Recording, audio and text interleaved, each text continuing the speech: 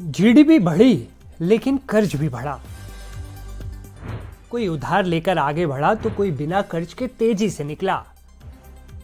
IMF की ताजा report कह रही है कि दुनिया की आर्थिक ताकतें बदल रही हैं। भारत और ब्राजील की रफ्तार ने अमेरिका चीन तक को सोचने पर मजबूर कर दिया है। क्यों, जानेंगे इस वीडियो में आगे। सवाल है कि क्या चीन की अर्थव्यवस्था डगमगा रही है? क्या अमेरिका की ग्रोथ धीमी पड़ गई है? भारत और ब्राजील क्यों सबसे तेज भाग रहे हैं? यूरोप की बड़ी अर्थव्यवस्थाएं कहां खड़ी हैं? ये सिर्फ जीडीपी की रेस नहीं है, बल्कि कर्ज, ग्रोथ, प्रोडक्शन, इन्वेस्टमेंट और ग्लोबल इकोनॉमिक्स पावर का खेल है। तो बने रहिए हमारे साथ, क्योंकि इस वीडियो में आपको मिलेगा आईएमएफ की रिपोर्ट का एकदम साफ सुथरा और पूरा एक्सप्लेनेशन। नमस्ते, मैं हूं असीम और आप देख रहे हैं एनडीटीवी इंडिया। अमेरिका दुनिया की सबसे बड़ी अर्थव्यवस्था है, इसमें कोई शक नहीं। 2025 तक इसकी जीडीपी $30.3 ट्रिलियन तक पहुंचने की उम्मीद है। 2020 में ये $21.4 ट्रिलियन थी, यानी 42% की ग्रोथ। लेकिन दिक्कत ये है कि अमेरिका की ग्रोथ पहले जितनी तेज नहीं रही। एक जमाना था जब अमेरिका की ग्रोथ 5-6% सालाना होती थी, अब ये 2 से 3% पर आ गई है। अमेरिका के पॉजिटिव पॉइंट्स क्या हैं, उन पर भी नजर डाल लेते हैं। जीडीपी सबसे बड़ी बनी हुई है। डॉलर अभी भी सबसे मजबूत करेंसी है। टेक्नोलॉजी, रिसर्च और इनोवेशन में आगे है अमेरिका। अब अमेरिका की कमजोरियों पर बात करते हैं। ग्रोथ स्पीड कम हो गई है। 2020 में इसका कर्ज जीडीपी का 132% था। 2025 में भी 124% रहेगा, यानी अमेरिका कर्ज के बोझ से निकल नहीं पा रहा है। अब आते हैं चीन पर। चीन की जीडीपी 2025 तक $19.5 ट्रिलियन पहुंचने की उम्मीद है। 2020 में ये थी $14.9 ट्रिलियन, मतलब 31% की ग्रोथ। लेकिन ठहरिए, असली खेल कर्ज का है। 2020 में चीन का कर्ज जीडीपी का 70% था, लेकिन 2025 में ये 94% हो जाएगा। मतलब चीन उधारी के दम पर ग्रोथ दिखा रहा है, लेकिन लॉन्ग टर्म में ये टिकाऊ नहीं होगा। ऊपर से चीन में रियल एस्टेट क्राइसिस चल रहा है। बड़े बड़े डेवलपर्स दिवालिया हो रहे हैं, कई प्रोजेक्ट्स अधूरे हैं। अब चीन की कमजोरियां क्या क्या हैं? उधार लेकर ग्रोथ कर रहा है। प्रॉपर्टी सेक्टर में भारी मंदी है। ग्लोबल ट्रेड पर ज्यादा निर्भर है चीन, लेकिन अमेरिका और यूरोप अब चीन से दूरी बना रहे हैं। अब बात करते हैं भारत की। आईएमएफ के अनुसार 2025 तक भारत की जीडीपी $4.3 ट्रिलियन हो जाएगी, जो 2020 में $2.7 ट्रिलियन थी, यानी 60% की ग्रोथ। और सबसे बड़ी बात, भारत सिर्फ जीडीपी नहीं बढ़ा रहा, बल्कि अपना कर्ज भी कंट्रोल कर रहा है।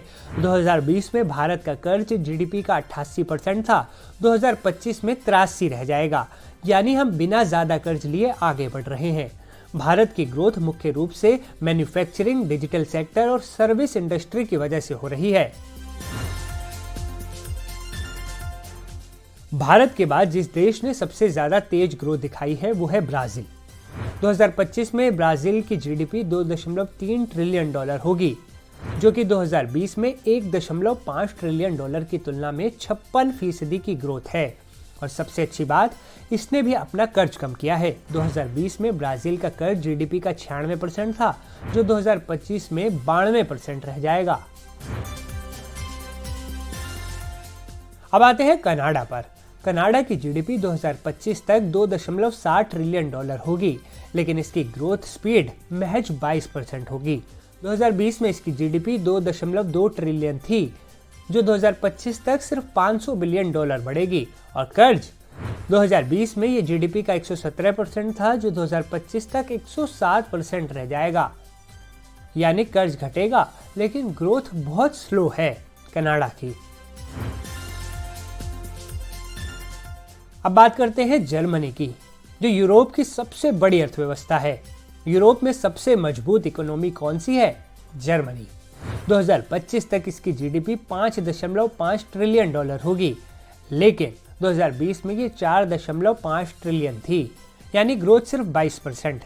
कर्ज जीडीपी का 70% रहेगा, जो एक स्थिर स्थिति दिखाता है।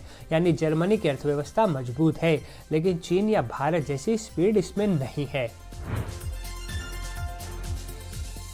फ्रांस की जीडीपी 2020 के 2.6 ट्रिलियन डॉलर की तुलना में 24% की ग्रोथ के साथ 2025 तक 3.3 ट्रिलियन डॉलर पहुंच सकती है। लेकिन इसकी सबसे बड़ी दिक्कत कर्ज है। फ्रांस का कर्ज 2020 में जीडीपी का 115% था, जो 2025 में 10 का 10 रहने का अनुमान है। अब इटली की स्थिति भी बहुत अच्छी नहीं कही जा सकती। 2025 में इसकी जीडीपी 2.5 ट्रिलियन डॉलर होगी, जो कि 2020 में 1.9 ट्रिलियन डॉलर थी, मतलब सिर्फ 28% की ग्रोथ। और कर्ज 2020 में जीडीपी का 154% इसका कर्ज था, जो 2025 में घटकर 139% पर आ गया है। देखा जाए तो इटली अभी भी कर्ज के बोझ तले दबा हुआ ही महसूस करेगा।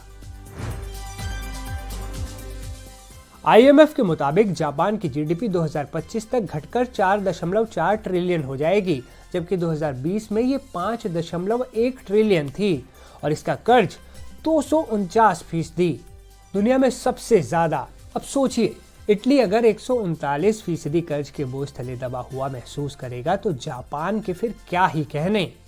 तो आईएमएफ की ये रिपोर्ट साफ दिखाती है कि अगला दशक भारत और ब्राजील जैसे देशों का होने वाला है। इस रिपोर्ट ने साफ कर दिया है कि भारत अब वर्ल्ड इकोनॉमी का नया स्टार बन रहा है। 60% की ग्रोथ कोई छोटी बात नहीं। ये दिखाता है कि भारत आने वाले दशकों में किस तरह सुपर पावर बनने की राह पर है। ब्राजील ने भी चौंकाया है, लेकिन क्या वो टॉप 5 में जा सकता है?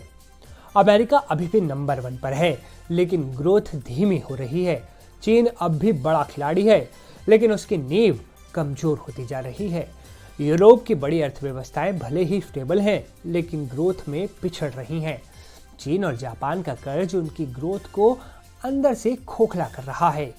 वीडियो पसंद आया हो तो लाइक और शेयर जरूर करना और चैनल को सब्सक्राइब करना मत भूलिएगा, ताकि ऐसे ही डिटेल्ड एक्सप्लेनर आपको मिलते रहें। फिलहाल मुझे दीजिए इजाजत। नमस्कार।